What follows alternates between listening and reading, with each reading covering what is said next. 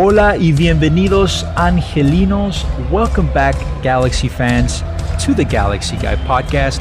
Como siempre, I'm your host, Chris Maldonado. We are back from international break. Yes, we also took an international break.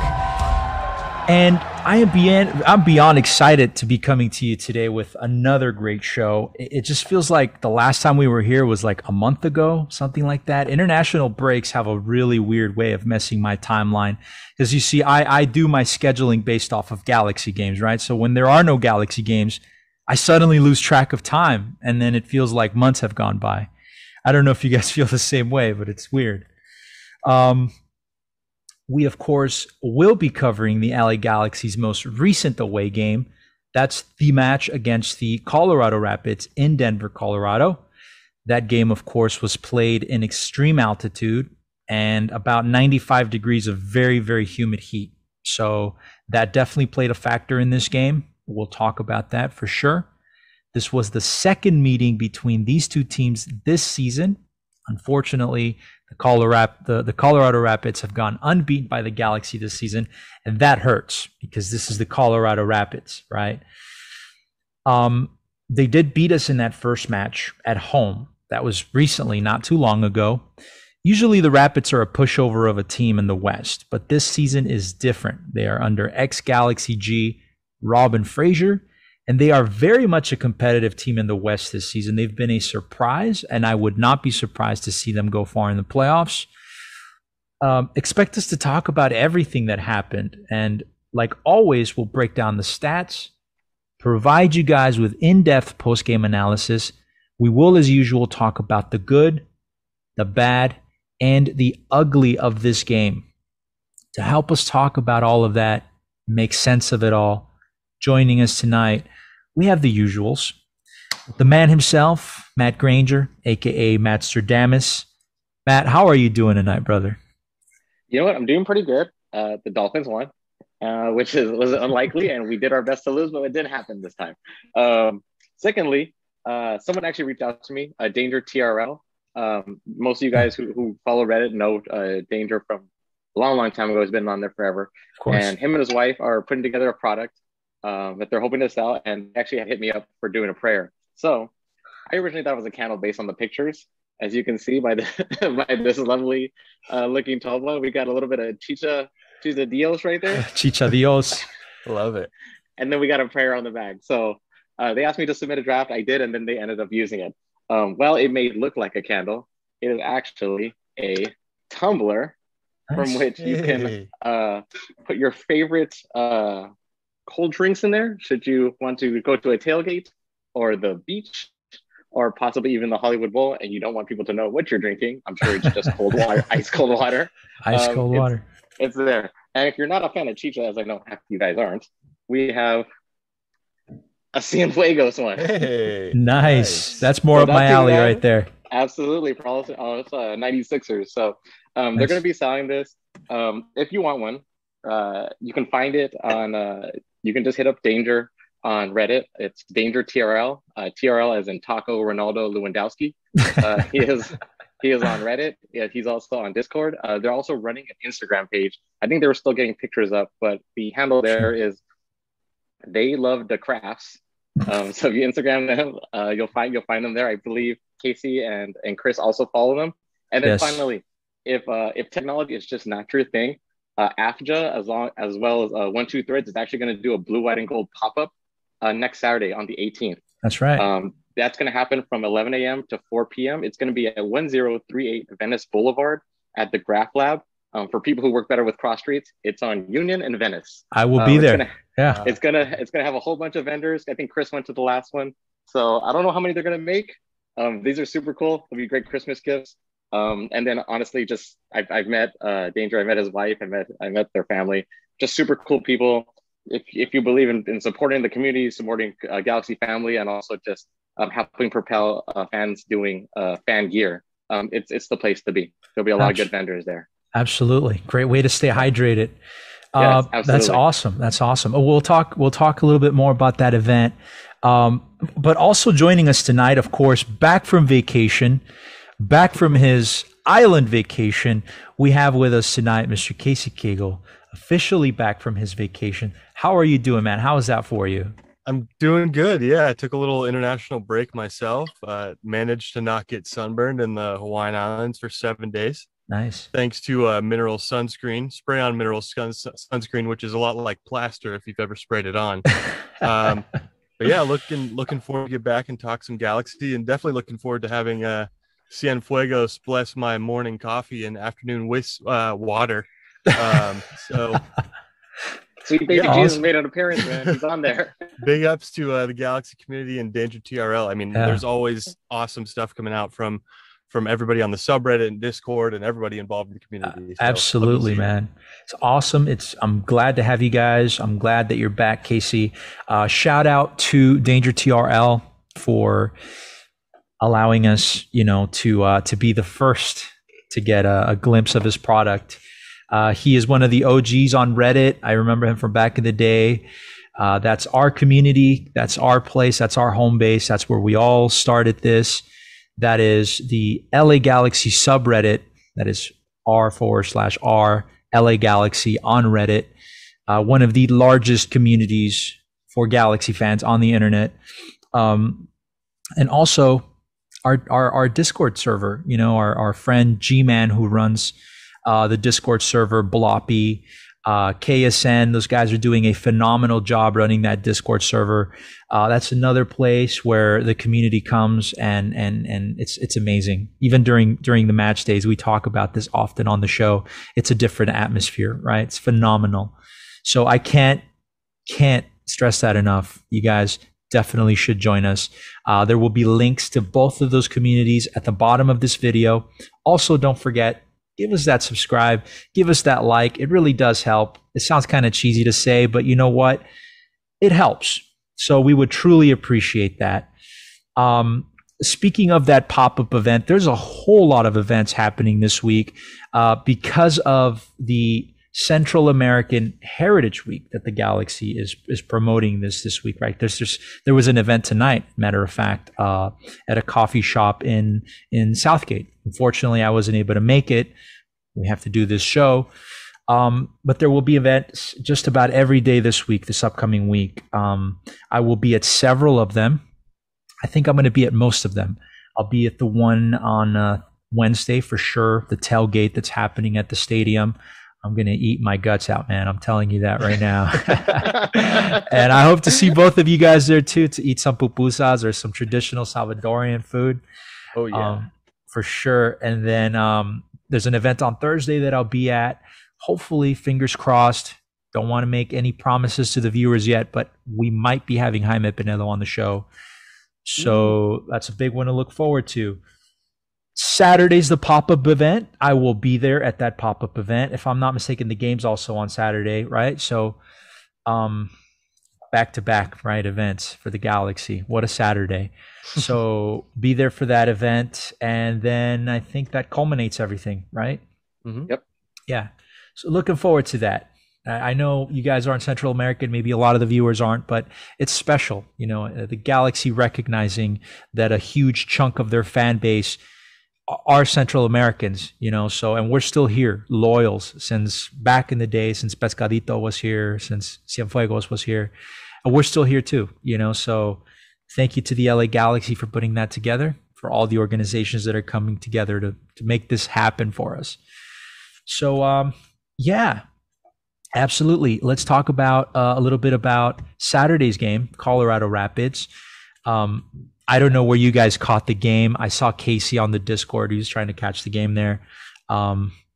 Personally, I caught it at one of the viewing parties out in the valley, middle of nowhere, the 818. One of my favorite places to do it. It's great food. I always have the pleasure of running into phenomenal people. I sat next to Carlisa Perdomo, one of the original supporters of the Galaxy from the Galaxians. It's just a phenomenal person. Amazing to get to watch a game with her. She's so passionate for the LA Galaxy, So great atmosphere. I can't recommend viewing parties enough. So if you guys ever want to make it out to one, you'll most likely know where to find me. I'm usually in one of these viewing parties in the area. Yeah. So, but with that said, what do you guys say we talk about some LA Galaxy soccer? Let's do it.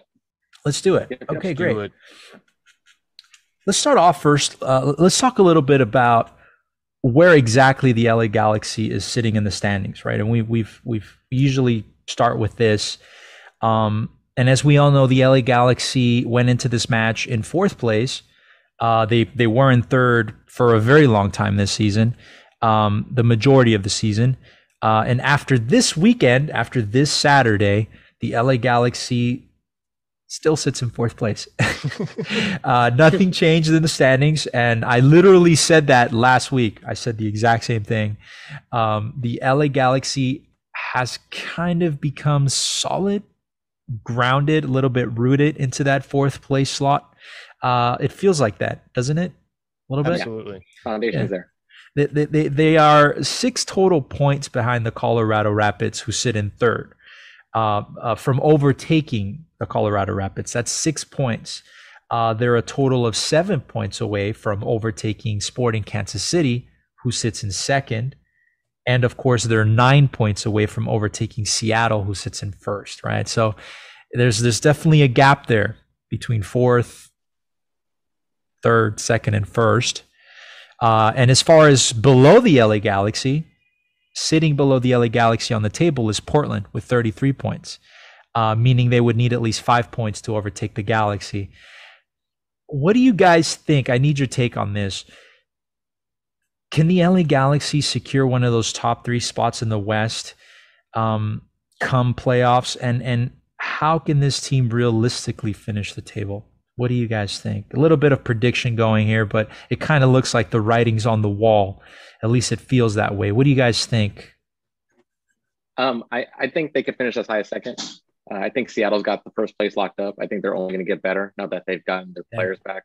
A lot of people who don't follow the Sounders very well don't know that Seattle has actually been playing with like half a team the entire season, which is remarkable given how successful they've been the entire season.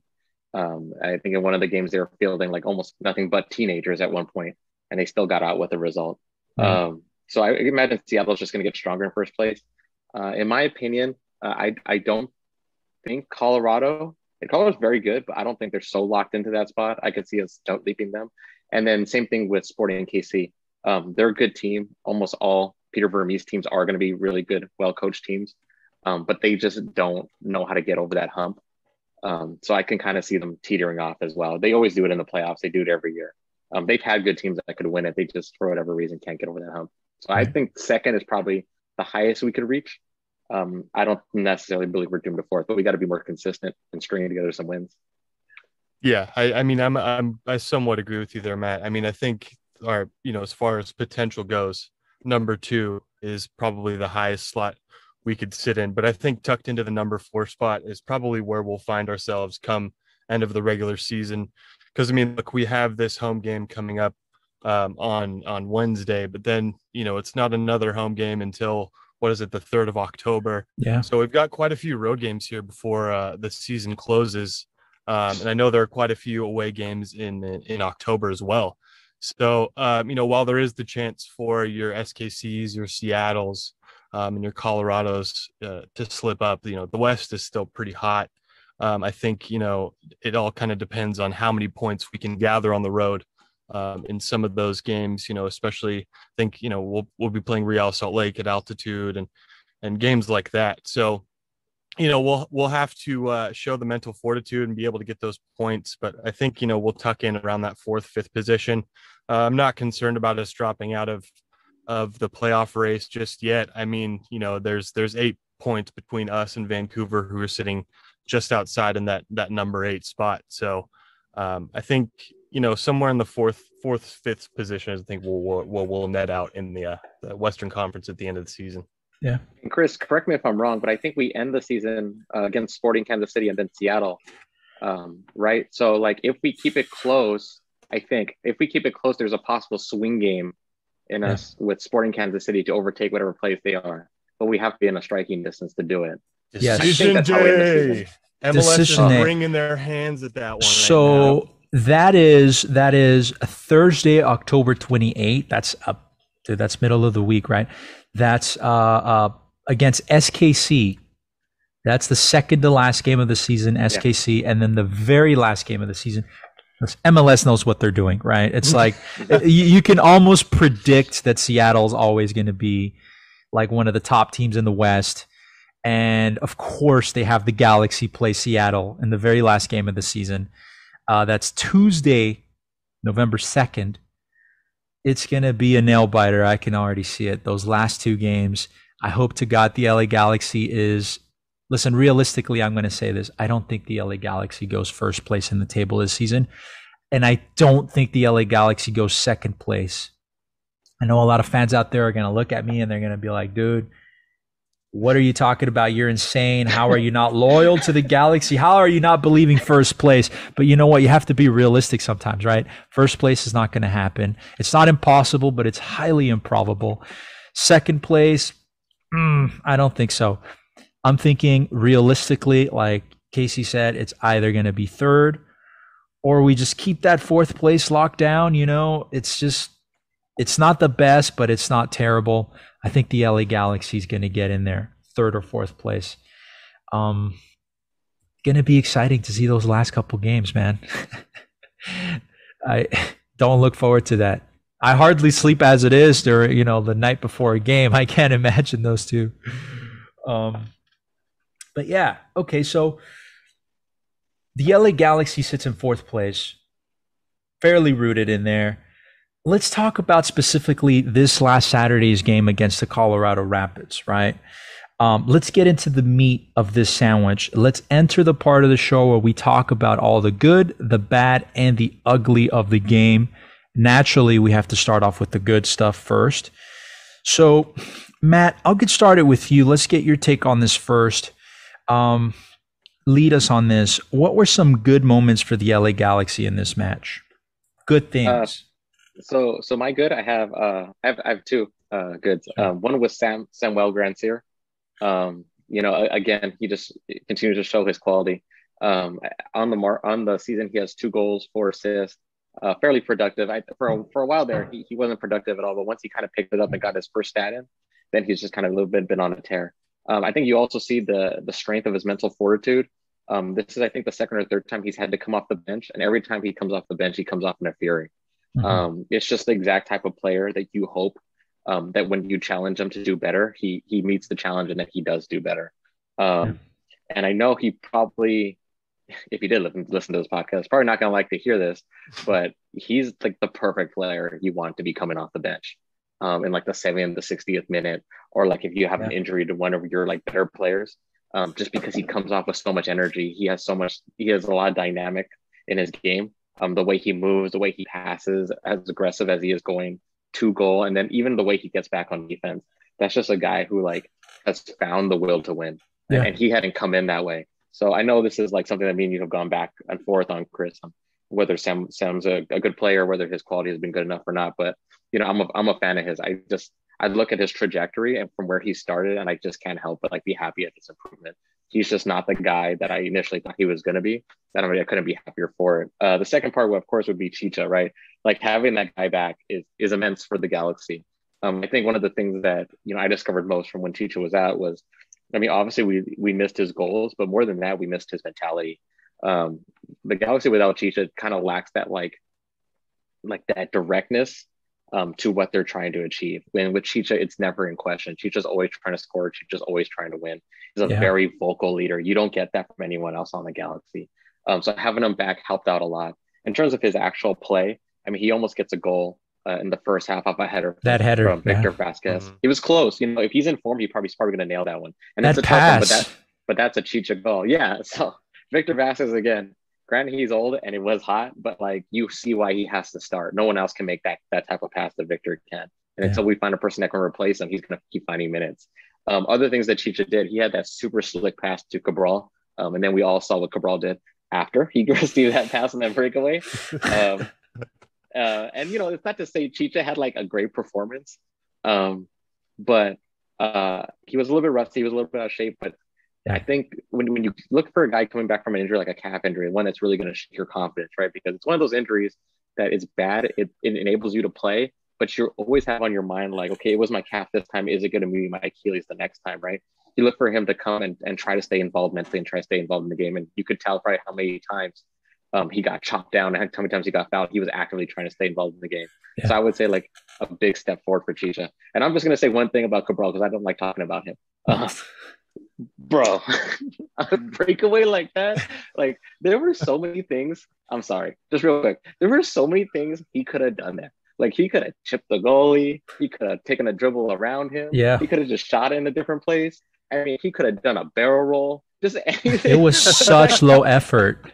Anything but what he did, dude. Like, I'm going to take a lesson from my 8-year-old self. When in doubt, do a barrel roll. Do a barrel roll. That was my good. let me tell you, man. A couple things, and I'll get your take on this right now, Casey. But a couple things you said there. The Chicharito thing, right? He's been training at altitude. He has 2 different personal trainers for 2 separate reasons. There's a difference between being physically fit and being match fit, right? You could be physically fit and your cardio could be phenomenal, but if you're not match fit, you'll see a lot of what we saw with the heavy touches that he had. He had some heavy touches. The ball got away from him. That's just match fitness, and that takes a while to regain. So don't expect to see peak Chicharito for at least another 2 or 3 games, maybe. Everybody's different, right? Everybody reacts different. There are people that just get match fit like this. There are people that need a little bit longer. So he's 32, he's coming off 33. He's coming off an injury that it's a re-injury. Don't expect to see magic right away. But we saw good signs from Chicharito. That goal, right? I mean, that almost goal off of that header was vintage Chicharito. So just a bit unlucky with that. As far as Samuel Grandsir, I'm starting to like that guy as a substitute as well, in all honesty. We talked about this on the show earlier when we broke down Samuel Grandsir's career. He's never been a full 90 guy, and this isn't because he's been injured or because he's old and just doesn't have the conditioning. For some reason, I don't know, it might be the way he's built biomechanically. He's not a guy that runs for 90 minutes.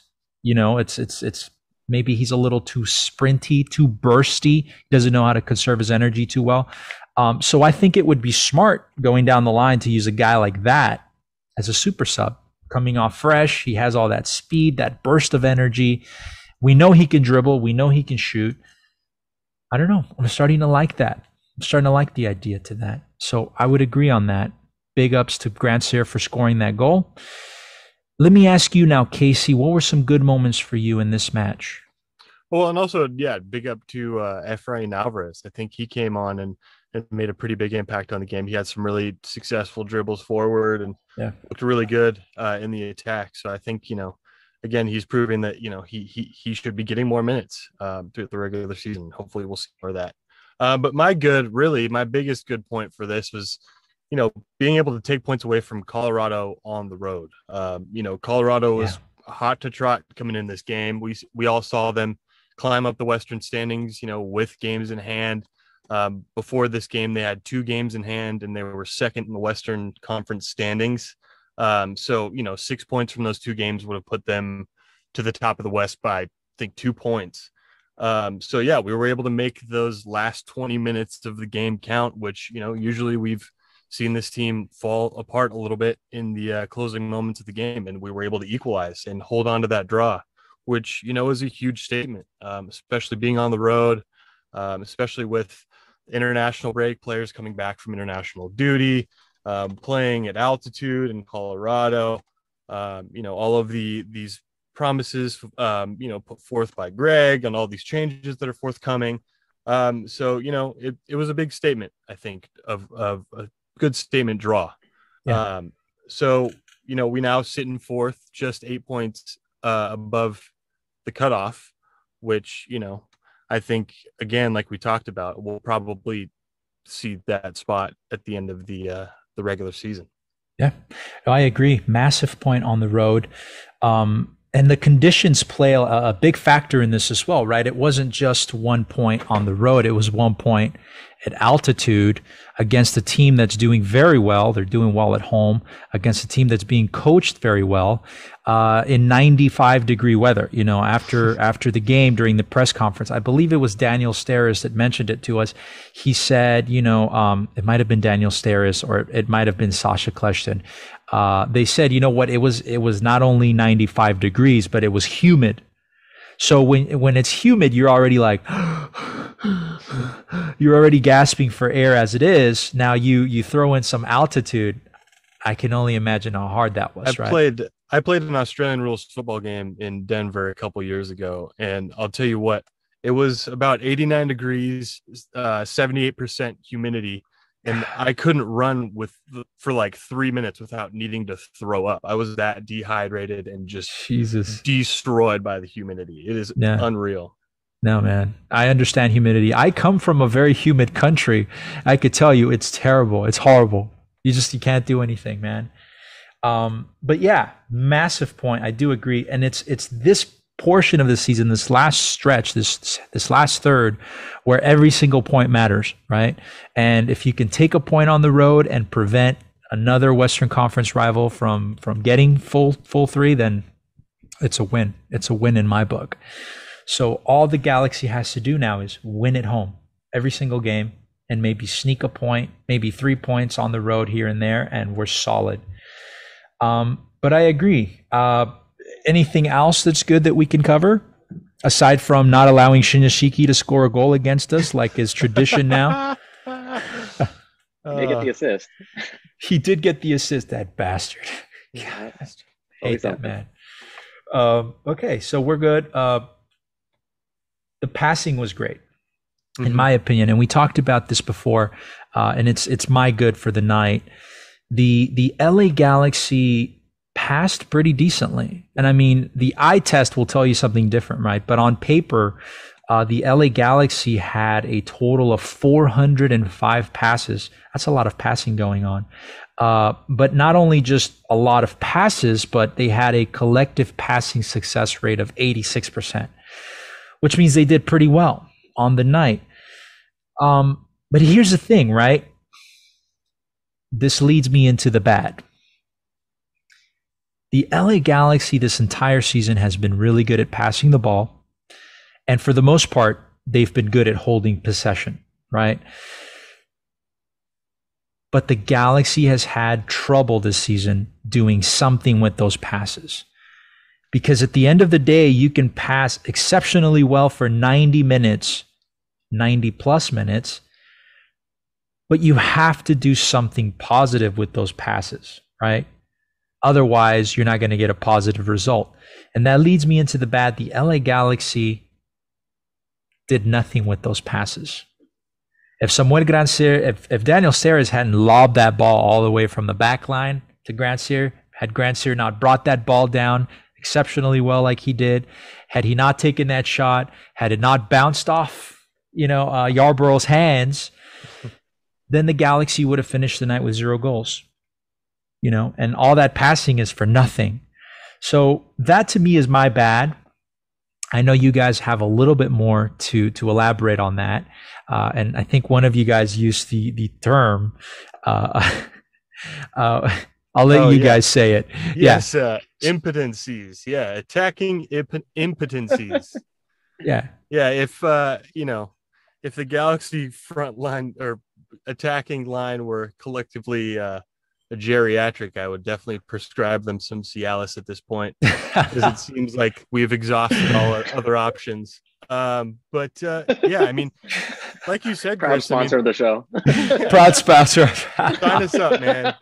Send me some free pens and notepads. I'll be all about it. But yeah, like you said, Chris, the possession game looked good. Collectively, like you said, passing rate of over 85% collectively is amazing. Yeah. 8 shots, 3 on target compared to, 16 shots on Colorado's end, which is pretty lame. Lame duck. 2 blown opportunities, I understand Chicha's coming back from injury. That's a point I'll get to in a second, though. Dejan came in for him at the 60th minute, but I think it really should have been the other way around. I mean, you have Chicharito coming back from, almost 2 months away with an injury, playing 60 minutes. That's not, it's just downright irresponsible if you ask me. Yeah, I agree. Dejan should have played the majority of that game, with Chicha coming off as an effective sub, in the 60th or beyond. So I thought that was a little bit questionable from Greg Van. But and I think the most effective player in the attack was Alvarez when he came on. He kind of provided a different dynamic. There wasn't too much that happened, with the possession we had. A lot of the steam really, came out of our sails in most of the attacks that we tried to formulate. But, Alvarez added a different edge, different dynamic to the attack when he was subbed in. And, it's kind of sad that the assist on the only goal of the night came from a center back. You know what I mean? Yeah. Especially with the possession stats that we've had. So I found that rather interesting. Absolutely. I don't know, man. I think that really, really summarizes the Galaxy's problems in a lot of the games we've had this season. There's been a lot of impotence with the offense, and I know Matt's going to get into it because I know what his bad is, and he's got a list. Hit us with it, Matt. So, what were the bad moments? So, okay, I was going to go on Sega for a while, but now you brought up a really good point. So I'm going to switch. I'm going to call an audible here. Just know that Sega played like booty. That's very much all I have for that guy. If you saw him, he sucked.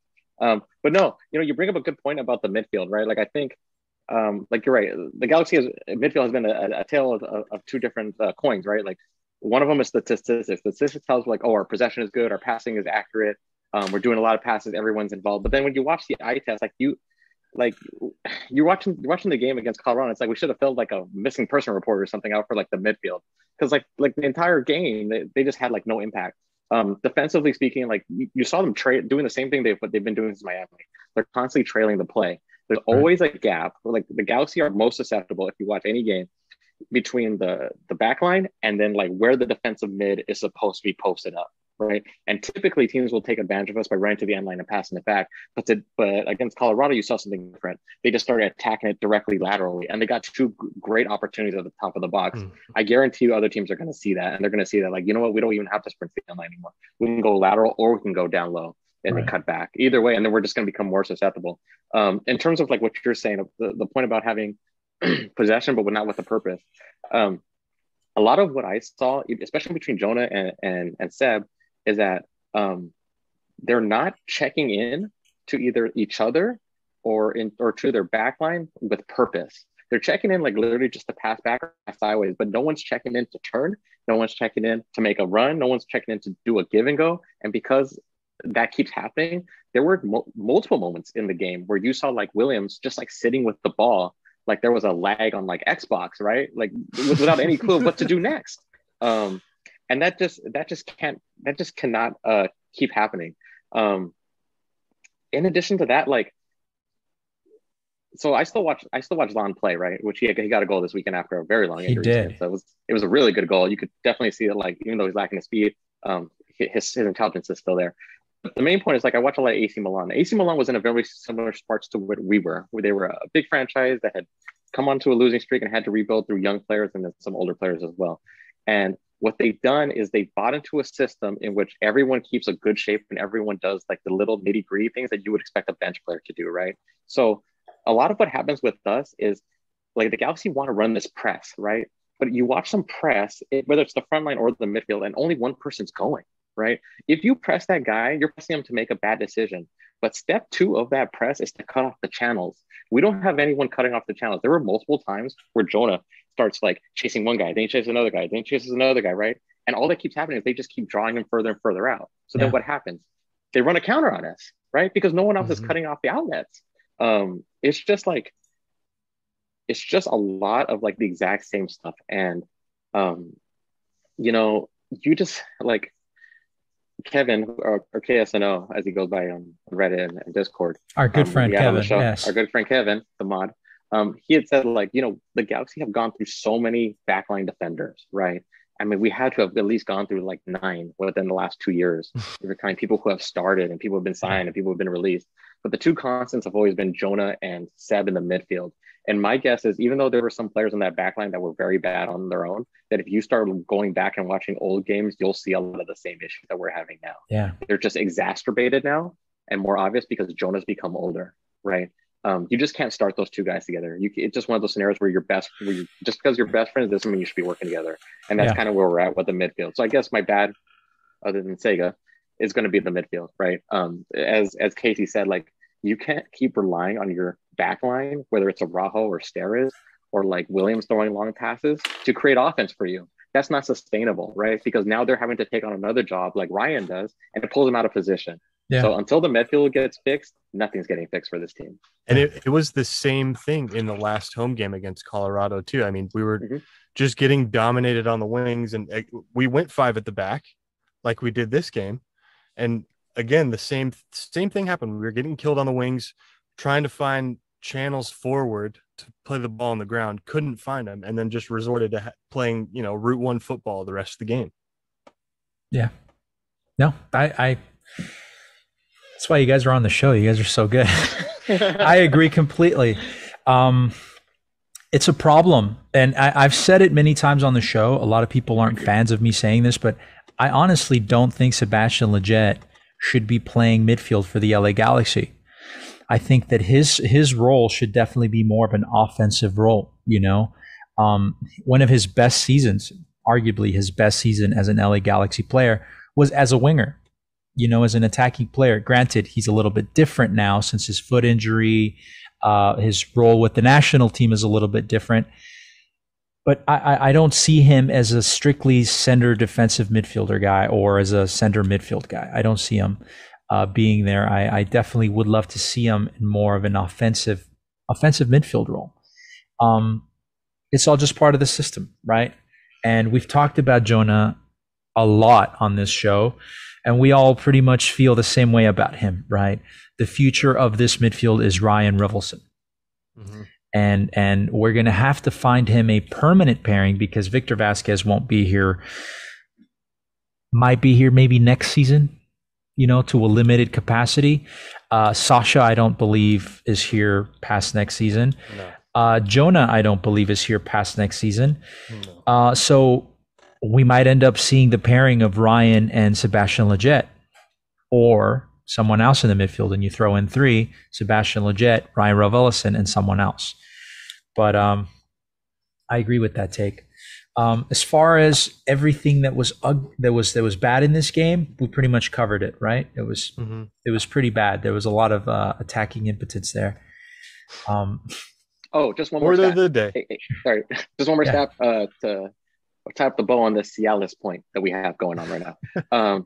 That came up during the broadcast, and it said that Colorado has the 3rd lowest salary of all MLS teams, and that the Galaxy front line, and I imagine they're talking about Granser when he starts, is actually more expensive than the entire Colorado team. So hot take here: the Galaxy cannot spend their way out of problems, and that's all I have. So, you go. Absolutely. And that's a lot of money to be coming off the bench. Because if you look at Grandsierre, and if his role does become the guy that's coming off the bench, we're talking about nearly $1 million, right? That's Jorgen Shelvik money right there you're talking about.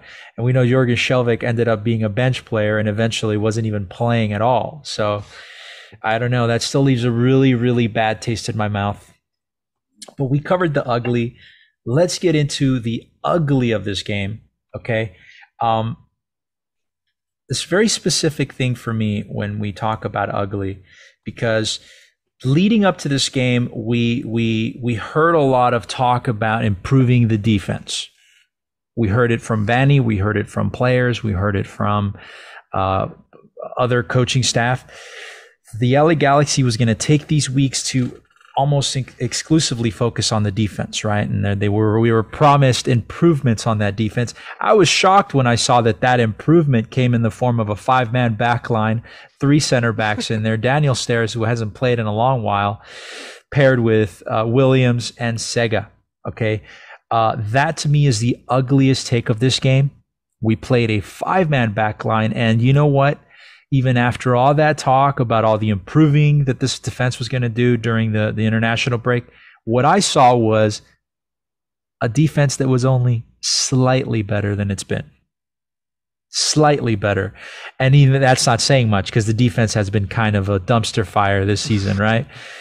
So our goal differential will tell you that. So I think that was a blunder. I think that this defense definitely needs a lot more work than just a simple formation change back there. That's my ugly take. I want to hear what you guys have to say on what you thought was the ugliest takes this game. Yeah, I mean, 5 at the back. I mean, I understand having Ravelis out, not being able to travel back from international duty, but there's still somebody you could pair with Jonah Dos Santos to do like a 4-2-3-1. 5 at the back was not something I think anybody was expecting. In all honesty, seems a little bit desperate from Greg, but you could argue that it stifled our play a little bit. Again, it like we were talking about in our last points, it's the ability to get those balls quickly through the midfield on the ground, but we just haven't been able to find those moments against Colorado. And, we were peppered on our end with 16 shots total. And luckily only 3 were on target. But Colorado was easily beating us with pace on the wings. Sega was getting absolutely smoked. These line breaking passes are really getting us every time. I mean, that was Colorado's bread and butter, getting in behind. You'd have 2 or 3 guys in the back, tightly compacted, but they'd still get beat, with speed, with balls coming through the lines. And that's been a big problem with this team. We've seen it throughout the season.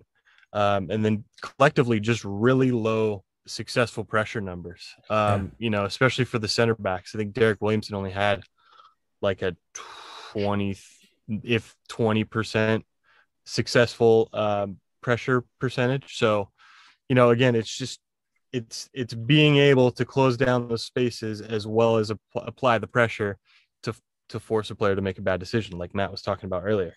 To the defense's credit, they had 14 interceptions and 18 clearances, but that's considering the onslaught of attacks and counterattacks that they endured throughout this entire game because of the non-existent midfield. Absolutely, I agree. Matt, what do you think? What do you think, Matt? I want to get your take on this. So I apologize in advance for this being long-winded. My ugly is going to be Vanny. Initially just the formation, right? It's like he said, like, we're gonna fix this thing in 3 weeks, and he took 3 weeks to read MLS rules and found out that, like, oh, you can put a 5th guy back there. Like, it was just like super uninspired. And then in between, like, his formations, like, it was hard to read whether it was like a 3-4-3 or like a 5-2-3. Right. Just because how high on like a static formation that Araujo and Villafani were sitting.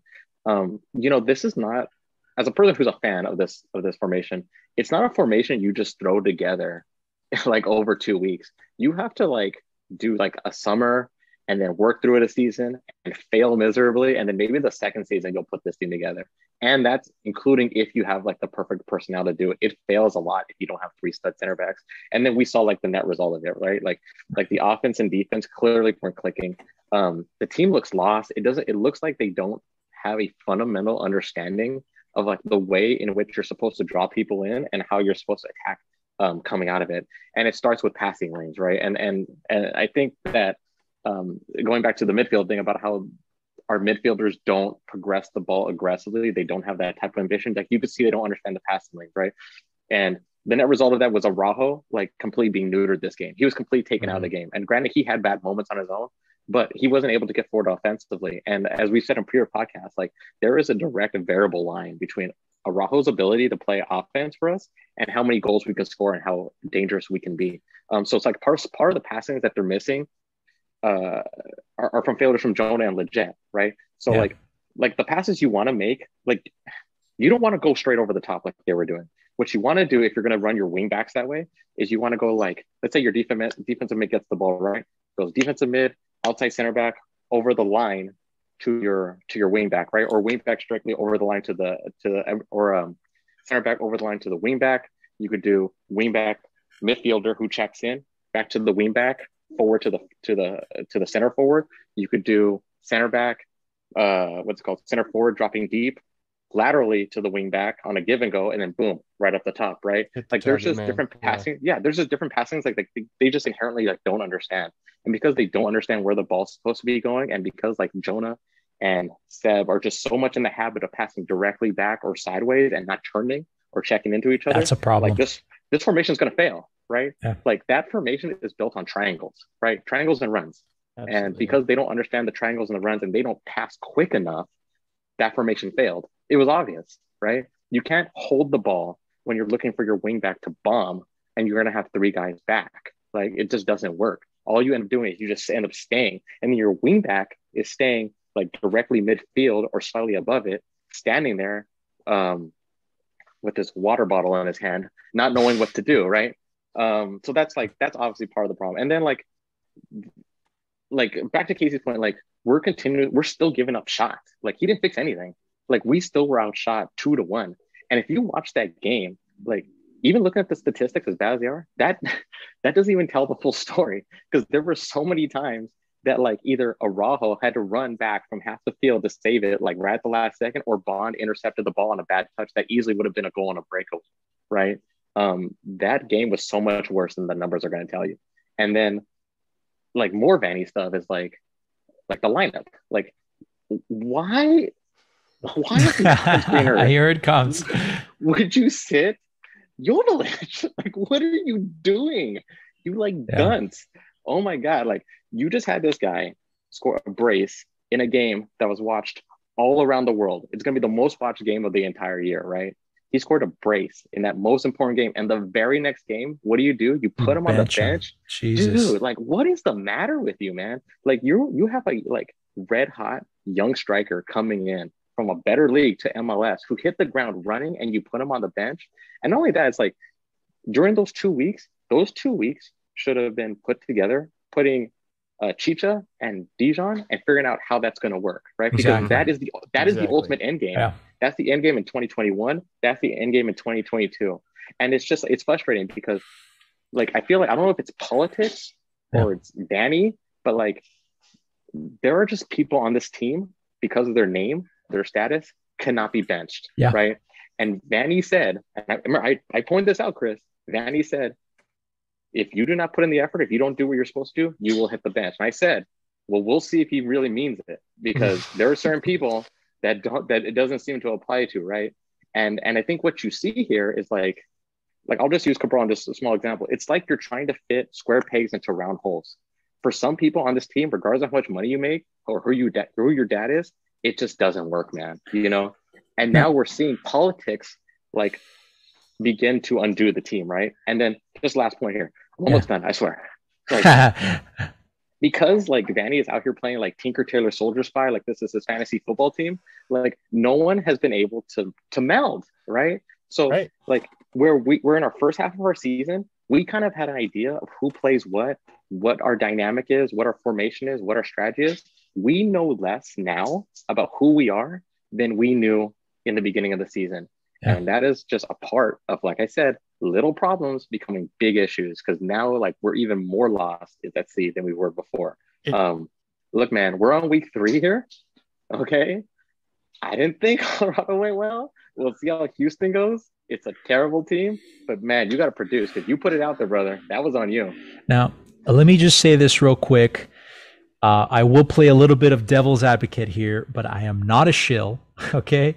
I will call it out like I see it. And I can say I understand the reason why Greg Vanny sat Joveljic in the first half, okay? Maybe the reasoning was bring him off the bench fresh and ready to go, in the second half, right? I understand that. That was probably the reasoning there. But that was the wrong move. Joveljic is a guy that's in his early 20s. If there's one guy out there who was going to hustle for 90 minutes despite the heat, despite the altitude, it was going to be Joveljic, right? So you could have easily started both these two guys up top, Joveljic and Chicharito, had them do their thing, and then substitute Chicharito out for Samuel Grandsir, maybe in the 50th minute. Then you switch the formation to a single striker formation, and you make the Grandsir move work, right? That would have been the smart move, because you would have had a young, hungry 20-something-year-old striker that is coming red hot, right, from a high-scoring season in Europe, showing that he showed up for a big game against LAFC. That's the guy you wanted in there for 90 minutes, and That's exactly it. We didn't get him for 90 minutes. We got Chicharito by himself up top, gasping for air by himself for 90 minutes.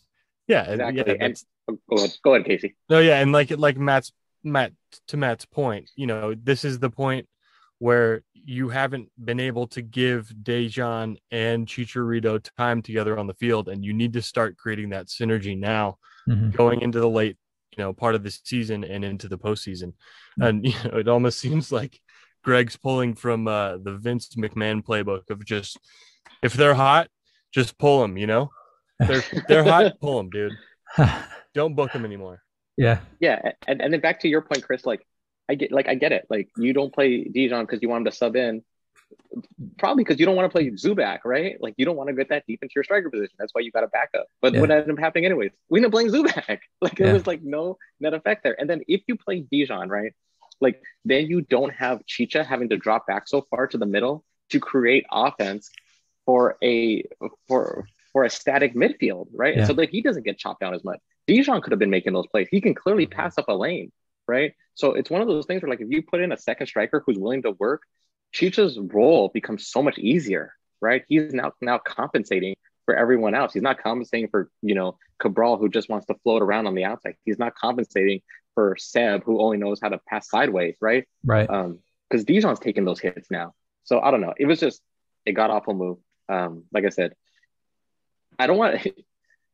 it was a good, not great result that we got, in all honesty. It was a draw. I had it being 2-2. So I'm not mad about the result, but it's like Casey said, that shot hits the goalie in the chest and then rolls into the goal. Like, that's a howler. You know what I mean? Like, no doubt about it. If it weren't for luck, we would have lost that game 1-0. We didn't even deserve the tie, to be perfectly honest. He shot it right at him, right. But it is what it is. I'll take it. It's better to be lucky than good sometimes, but it wasn't a good performance, and we shouldn't act like it was at all. Absolutely. Yeah. Guys, I think you guys hit the nail on the head on a lot of that stuff.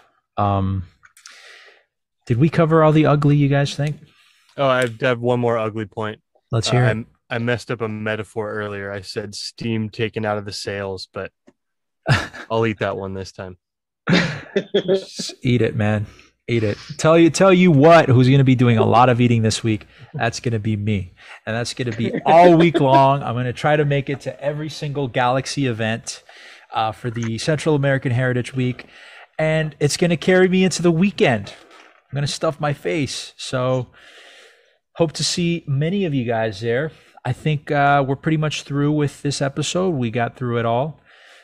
We will be back here next Sunday to discuss most likely Wednesday's game and the game on the weekend.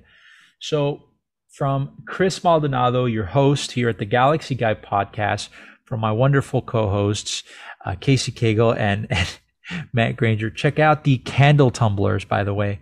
Danger TRL, fantastic. Shout out to you, sir. Good work. Matt, also shout out to you for the amazing prayer on the back of those. I do miss those. They were a regular weekly thing on our subreddit. So yes, follow us on Instagram. Check us out on Twitter. Subscribe to the show. And we will see you guys next week. Nos vemos. Los angelinos los amo. Bye-bye.